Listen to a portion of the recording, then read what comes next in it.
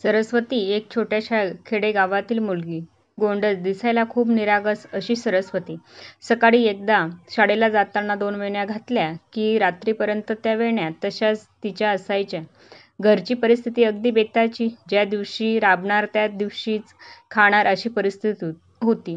घालायलाही जेमतेम 1-2 जोड कपडे असायचे तिला. पायी चप्पलही नव्हते. शाळेचे दप्तर काय ते एका सिमेंटच्या पोत्याची शिवलेली पिशवी असायची तिची. शाळेमध्ये जेवणासाठी डबा म्हणजे कोणीतरी खाऊन फेकलेला एक आईस्क्रीम डबा होता तिच्याकडे. वॉटर बॉटल म्हणून साध्या बिसलेरी बॉटलची रिकामी पिऊन टाकलेली एक बॉटल होती तिच्याकडे. छानशी सुरेख पाटी देखील नव्हती तिच्याकडे. तिच्या बाबाने तिला एक लोखंडाच्या पत्र्याची पाटी करून दिली होती. त्याचा कोपर तिला खूप टोचायचा, परंतु त्याचा त्रास सहन करत तशीच ती त्या पाटीवर अक्षरे गिरवायची. साधे पाटीवर गिरवण्यासाठी पेन्सिल देखील नसायची तिच्याजवळ. मग ती खूप हताश व्हायची. काहीतरी जुगाड करून पाटीवर गिरवण्याचा प्रयत्न करायची. शक्कल लढून ती मारुतीच्या मंदिराच्या देवड्यातील एक इबत्तीचा तुकडा आणून पाटीवर लिहायची. कधी कधी सरस्वतीला खूप रडायला येत असत. ती तिच्या आईला म्हणायची, "ए आई, मला एक नवीन पाटी तर घेऊन दे ना. माझ्याकडे पेन्सिल सुद्धा नाही ग. माझ्या वर्गातील मुलींचे दप्तर देखील खूप सुंदर आहे ग. त्यांच्या पाट्या सुद्धा खूप छान आहेत. अक्षर खूप सुंदर येतात त्यांचे. त्यांचे आईवडील त्यांना खूप काही घेऊन देतात, परंतु तू मला काहीच का घेऊन देत नाही ग?" असं म्हणून सरस्वती ढसाढसा रडू लागते. "अगं, उद्या घेऊन देईन. आता सध्या आहे ना तुझ्याकडे पाटी, तोवर नवीन पाटी आणूस तर हीच चालव. हे बघ माझी गुणाची पोर. उद्या ही 4 भांडी विकली ना, मग 4 पैसे येतील. मग तुला घेऊन देईन हा पाटी." डोळ्यातील पाणी पुसत आई सरस्वतीला म्हणते, "रोजच असं म्हणते आई तू मला, परंतु मला तू काय नवीन पाटी घेऊन देत नाहीस." असं म्हणून सरस्वती पुन्हा रडू लागते. "आता गप्प बस की, म्हटलं ना, ही 4 भांडी विकल्यावर तुला घेऊन देईन पाटी म्हणून. तरी पण अजून रडतेस का गं?" आई जरा चिडली सरस्वतीला रागवते. "तू रागवून मला गप्प करशील ग, पण शाळेतील वर्गातील मुलं-मुली सगळेच हसतात. आणि सरस्वतीचे फाटके दप्तर, सरस्वतीचे फाटके पुस्तक, सरस्वतीची पत्र्याची पाटी असं म्हणून माझी पत्र्याची पाटी घेऊन टणटण वाजतात. आणि मलाही खूप रडायला येतं ग. सांग, मी शाळेला जाऊ की नको?" "अगं, मग तुझ्या टीचरला जाऊन सांगायचं ना त्या मुलांचं नाव." "सांगितलं का नाही आई?" "सांगितलं, पण टीचर हे म्हणाली की यापुढे असं भंगार वस्तू आणू नकोस म्हटले शाळेमध्ये.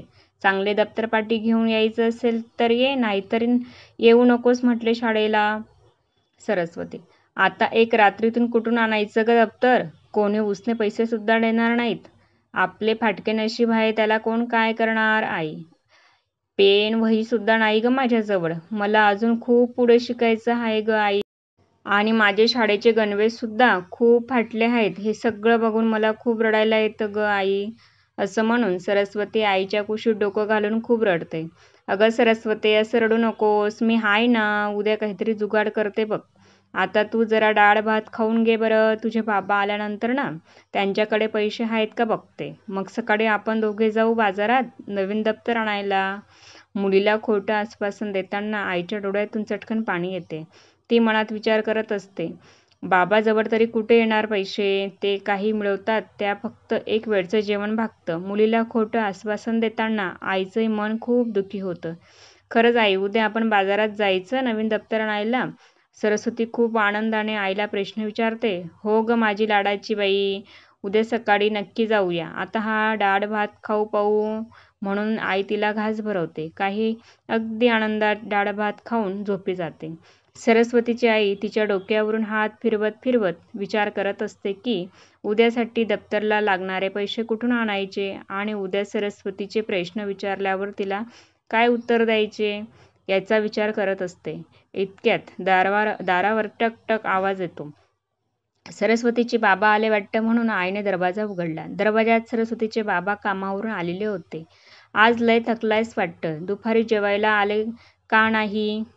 आई, "आज खूप काम होतं साईटवर. मालकाने सांगितलं सगळ्या विटा उतरल्याशिवाय घरी जायचं नाही. आज 2-3 सुट्टी घेतली होती ग. चला, तेवढ्या ओव्हर टाईमचे पैसे मिळतील म्हणून तेथेच थांबलो होतो बघ." सरस्वतीचे बाबा, "थोडासा हातपाय धुवून घ्या आणि डाळ भात वाढते." आई, "आज पण डाळ भात?" बाबा, भाकर करायला धान्य लागते आणि ज्वारी आणायचं म्हटलं तर पैसे कुठून आणायचे? आणि आज सरस्वतीला दप्तर पाहिजे म्हणून हट्ट करून बसली होती ती. कशीबशी समजूत घातली तिला. उद्या काहीतरी जुगाड करीन म्हटलं. उद्या उठल्यावर काय उत्तर द्यावं हेच विचार करत होते बघा आई. आपल्याला ना उद्या नवीन दप्तर मिळणार या आशेने सरस्वती स्वप्न रंगवत झोपी जाते. आणि इकडे सरस्वतीचे आई बाबा उद्या आपल्या मुलीला काय उत्तर द्यायचं याचा विचार करत झोपलेले असतात. अगं पोरीला नवीन दप्तर हवे ना? माझ्याकडे तर आता पैसे सुद्धा नाहीयेत. हे फक्त 50 रुपये आहेत माझ्याजवळ. हे घे आणि उद्या सकाळचं जेवणाचं काहीतरी जमवाजमव कर बाबा. मी पण तेच विचार करत होते. काही समजना झालंय. बारका जीव आहे हो तिचा. मन दुखवायला नको. कवड्या म्हणाला खूप घाव बसतील. मी शेजारच्या पाटील काकूंना विचारीन त्यांच्याकडे उसने काही रक्कम मिळतील का? अगं अगोदरच आपण त्यांचे 200 रुपये द्यायचे आहेत. ते दिले नाहीत आपण. आणखी उधार पैसे कशाला मागायचे? उद्याचा एक दिवस जाऊ दे. मी मालकाला विचारून थोडं पैसे मिळतात का ते बघतो. मग संध्याकाळी आण नवीन दप्तर सरस्वतीसाठी बाबा. अहो उद्या सकाळी तिची शाळा आहे ना. मग ती शाळेला जाणार नाही. शाळेतील मुलांनी तिची खूप टिंगल उडवली आहे हो. ती खूप कोमजली आहे. तिचं मन खूप नाराज आहे. उद्या नवीन दप्तर घेऊन गेल्यानंतर ना आयटीत जाईन म्हणाली शाळेला. नाही. ठीक आहे मी तिला सकाळी समजावून सांगतो. आता तरी निवांत झोपशील का? काही विचार करू नकोस. माझी पोर लय गुणाची आहे. ती समजून घेईन या बापाला. असं म्हणून सरस्वतीचे बाबाही डोळ्यात पाणी आणतात. काय हो मला समजून सांगतात आणि स्वतः रडत आहात. आता तुमच्या डोळ्यात पाणी का काढलं तुम्ही? मला ही तुम्हाला बघून खूप रडू येतंय. असं म्हणून सरस्वतीची आई बाबांचे डोळे पुसते. आणि काय करू ते तर सांग. एकुलती एक पोर आहे आपली. तिची छोटी छोटी गोष्ट सुद्धा मी पूर्ण करू शकत नाही. जास्त शिकलो असतं तर काहीतरी नोकरी केली असती. मुलगी एवढी हुशार आहे आपली. शिक्षणासाठी तिची तळमळ बघून मला खूप अभिमान वाटतो तिचा. परवा सरस्वतीची मैत्रीण भेटली होती. ती म्हणाली होती सरस्वती वर्गात खूप हुशार आहे म्हणून. परवाच्या गणिताच्या पेपरमध्ये पहिली आली आहे म्हणून. आपली सरस्वती बाबा. तसं ती खूप हुशार आहे हो. पण काय करणार? साधी पाटी देखील नाही तिच्याकडे. छान गणित सोडवायला. तुम्ही तयार करून दिलेल्या लोखंडाच्या पत्र्याच्या पाटीवर आपला सराव करत असते आई. त्या दिवशी पण तिने असाच हट्ट केला होता नवीन पाटी पाहिजे म्हणून बाबा. काय करणार? एक तर पैशाची तंगी. काय तर जुगाड करावाच लागेल ना बाबा. तुम्ही काही एक काळजी करू नका. मी उद्या काहीतरी जुगाड करेन नक्की. तुम्ही झोपा आता. असं म्हणून सरस्वती आई सुद्धा झोपी जाते. इकडे सरस्वती जागीच असते. ती आपल्या आई वडिलांच्या गोष्टी ऐकत असते. तिने झोपेचं सोंग घेतलेलं असतं. आपल्या वडिलांना काही उद्या दप्तर घेणं शक्य होणार नाही हे तिला कळून चुकतं. आपल्यालाच काहीतरी करावं लागेल याचा विचार करून ती झोपी जाते. सरस्वतीची आई भांड्याचं ओझं गाठोडं डोक्यावर घेऊन विकण्यासाठी घरातून निघत असते. बाबाही कामावर निघून गेलेले असतात. सरस्वती शाळेला न जाता आईसोबत भांडी विकायला येण्यास हट्ट करते.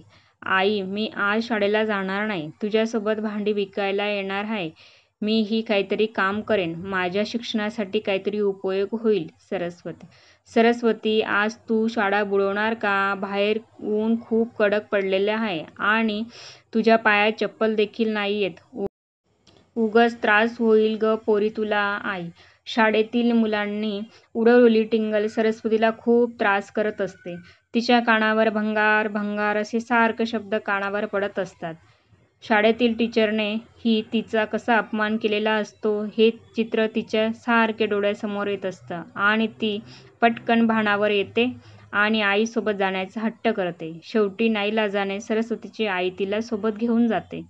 भांडी घ्या. भांडी भांडी असं सरस्वतीची आई गल्लीबोळ्यातून ओरडत फिरते. खूप उशिराने त्यांना एक गिऱ्हाईक मिळतं.